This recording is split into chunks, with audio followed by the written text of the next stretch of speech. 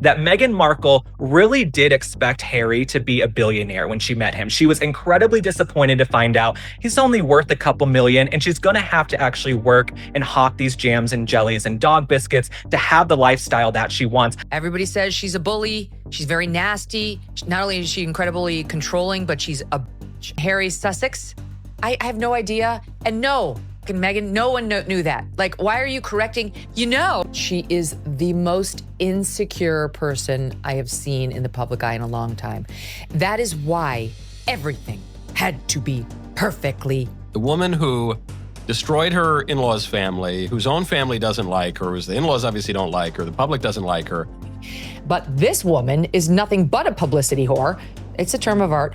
And we broke the news that she had Prince Harry on her vision board when she was younger. And that was her goal, #goal, to marry Prince Harry. So here's the thing about Meghan Markle. She wanted to reinvent herself as the world's most relatable Duchess. Part Martha Stewart, part Oprah, part Instagram mom. But instead of a crown jewel moment, what she gave us was a $100 million Netflix flop, some jam jars nobody asked for, and the most overstyled pasta dish in television history. With Love, Megyn, that stupid program on Netflix, failed to rank among Netflix's top 300 most watched titles between January and June. The New York Post, confirmed Markle's 8-part series ranked 383rd with just 5.3 million views since it debuted on March 4th. It's crazy how low that was. Harry's show Polo, also on Netflix, was watched by only 500,000 people. It's at number 3,436. Losers, enjoy Montecito. Mom, and this is how mornings are as I get the kids off to school. You're making fruit parfait crudité boards? Oh my whom? God. She is so full of shit. Before I spill the tea on Meghan's so-called domestic goddess era, make sure to hit subscribe and tell me in the comments, would you trust Meghan Markle to teach you how to cook pasta? Because after what I saw, the answer is a hard no. Hey, Maureen Callahan and I discovered firsthand, Glenn, when we did our parody of Meghan's stupid Netflix show, trying to make herself into the next Martha Stewart, and we realized her one-pot pasta is just a blatant ripoff of Martha Stewart's one-pot pasta, which turned out to be like one of her most famous recipes. Let's start with the moment that says it all. An interviewer casually says, "I love your look." Megyn freezes, tilts her head, and goes, "My Luke?" Yes, folks, the Duchess of Diction thought someone was complimenting her imaginary friend named Luke. That tiny crack revealed everything. She is, without a doubt, one of the most insecure public figures we've ever seen. Every word, every outfit, every glance has to be perfectly curated. And still, she trips over Look. Did I do something? No, stop. By the way, I love your Luke. Sorry, what's that? You're Luke. You look amazing. You're Luke. My Luke. My Luke. My look. She likes my Luke. Anywho, And that insecurity, it's the fuel behind everything else. The Netflix show, the lifestyle products, the endless reinventions. Because Meghan Markle cannot stand the idea of being ordinary. I was part of dance crews, all that stuff. You know? were? Yeah. No one talks about all the dances that were such a big deal. Not the actual dance, Like but the the Roger dances. Rabbit. Word on the street is Megyn really thought Harry was a billionaire when she met him. Can you imagine her face when she realized he was worth a couple million? That's celebrity starter pack money, not Queen of Montecito money. Instead of lounging on private islands, she's stuck hawking artisanal jams and rebagging pretzels on camera, just to keep the dream alive. Forget the glass slipper. She got a mason jar. That Meghan Markle really did expect Harry to be a billionaire when she met him. She was incredibly disappointed to find out he's only worth a couple million, and she's gonna have to actually work and hawk these jams and jellies and dog biscuits to have the lifestyle that she wants. And here's the kicker. She literally had Harry on her vision board. Forget romance. This was a career goal. She skipped over regular guys, rejected the wrong princes, and landed the one dope who fell for it. Poor Harry thought he found love, but what he really got was a business plan in heels. She had Prince Harry on her vision board when she was younger, and that was her goal, #goal, to marry Prince Harry. Then came the big swing, the $100 million Netflix deal. Her chance to show the world how relatable she really is. Spoiler alert, it bombed hard. So I don't know if you guys are watching this like flower sprinkles Netflix show that she's got, but it's really revving people up. So Instead of cozy authenticity, we got beige kitchens out of a lifestyle catalog, pasta scenes that looked rehearsed, and Megyn laughing like someone pressed play on a laugh track machine. Social media roasted her non-stop. Memes, TikToks, endless tweets. The show didn't just flop, it became a cultural punchline. My name is Megan Sussex now. Call me Meghan Markle one more time, Mindy fucking Kaling. I want my home to feel welcoming. Do you feel welcome? Does my soundstage welcome you? So today we're going to be making a homemade bag. Super easy. I actually recycled plantain peels and I burnt and charred them in the stove and sewed them and weaved them together. Because here's the irony. A duchess living in a Montecito mansion trying to teach the world about struggle. Really, Megyn? Serving fruit platters with nannies and assistants hovering in the background while preaching about hard work? Yeah, the internet wasn't buying it. She is a malignant narcissist who cannot get enough of herself while she simultaneously plays the victim. My castle's too small. The queen is mean to me. And if you think the glossy show was fake, wait until you hear what went on behind the scenes. Reports say Megyn was a dictator in heels on set. Crew members jumped like lightning bolts if she even glanced their way. 80 crew members for a pasta dinner, and still not fast enough for the Duchess. Who knew boiling water required military precision? Put hands on someone that wasn't doing something fast enough for you. And that we wanted to have because it's so authentic to Meghan Markle. She is known as a dictator in heels. Yes, she is a ginormous bully, and when she does that to you, you better jump up and run like a lightning bolt just hit you. And we wanted to show that side of her personality, so that's why we put that in there.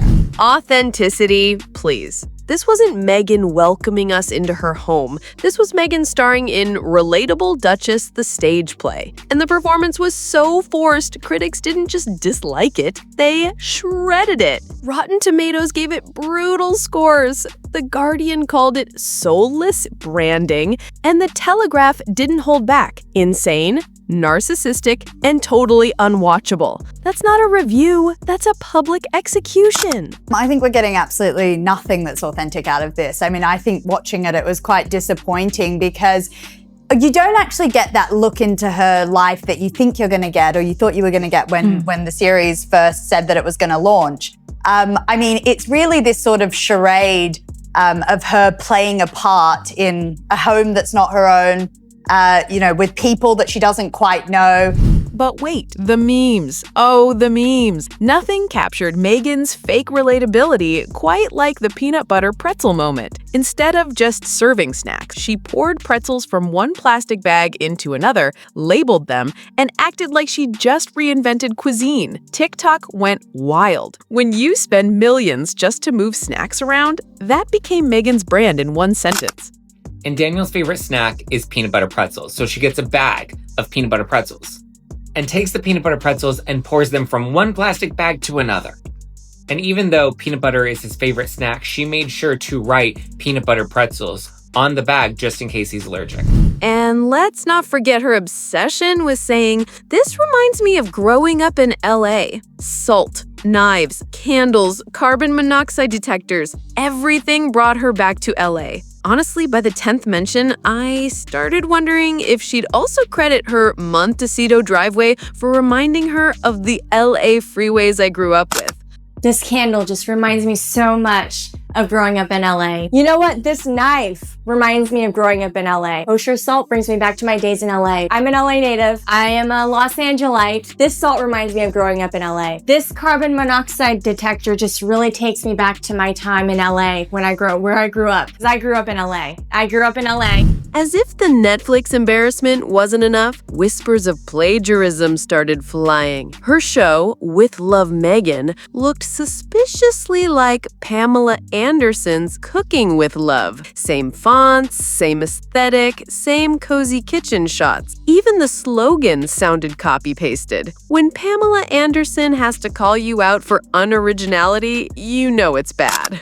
Pamela Anderson had to address Meghan Markle copying her cooking show, while Markle's Netflix deal might actually still happen. Then came the jam jars. Oh yes, Megyn tried to become the next Gwyneth Paltrow with Montecito marmalade. Instead, she became the jam nobody wanted. Social media clowned it, late-night hosts roasted it, and her dream of a lifestyle empire fizzled faster than a half-burnt soy candle. Meghan Markle targeted Prince Harry. She wanted to be a star. She rejected a couple of other British guys who weren't powerful enough. Then she was rejected by a bunch of them. How embarrassing for Prince Harry to have been the one who fell for it. What a dope.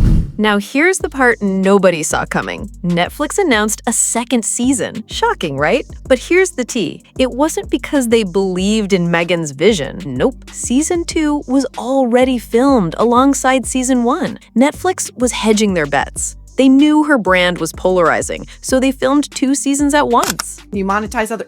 There is no way Netflix cut these two losers a check for $100 million and said, go show us your genius. Yeah. You know you've got it in you. Who doesn't love watching you two win, win, win all day long? I don't think anybody at Netflix could have seen the show before it went out, because it's not entertainment. And here's the dark secret of streaming. Success isn't required. Every hate watch counts as a view. Every sarcastic tweet boosts engagement. Every meme is free advertising. Megyn doesn't need to win hearts. She just needs people to keep laughing at her. And that, sadly, is working. Impossible not to laugh. Try it. Watch. Let's look at this Meghan Markle show, because this is actually better than I thought. This woman, who I have now a fondness for, is criminally insane.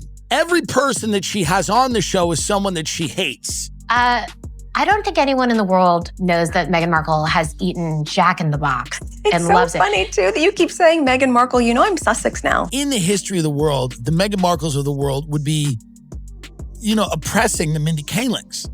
Because Meghan Markle's like, listen, my empire ran your shit for years. Don't call me my dead name. Don't call me my dead name. That's not my name in these streets. My name is Sussex. You bitch.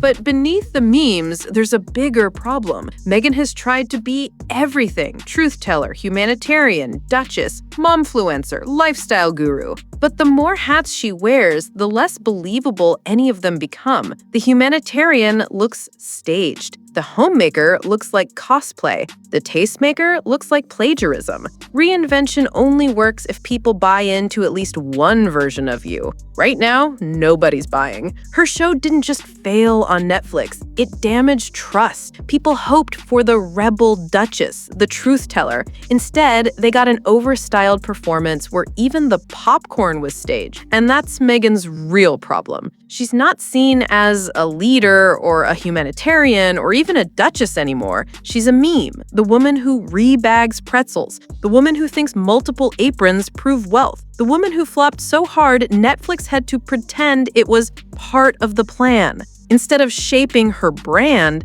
Megyn has become the internet's favorite roast. Every project, every launch, every PR move only adds fuel to the fire. She wanted to elevate the ordinary. Instead, she elevated herself straight into meme history. So what do you think? Is Meghan Markle's Netflix saga just a flop, a fail, or the most entertaining royal drama since Megxit? Drop your hot takes in the comments. Smash that like button if you laughed, and don't forget to subscribe for more gossip, tea, and royal chaos. Because if Meghan Markle's brand has taught us one thing, it's this. Sometimes the jam isn't sweet, it's salty.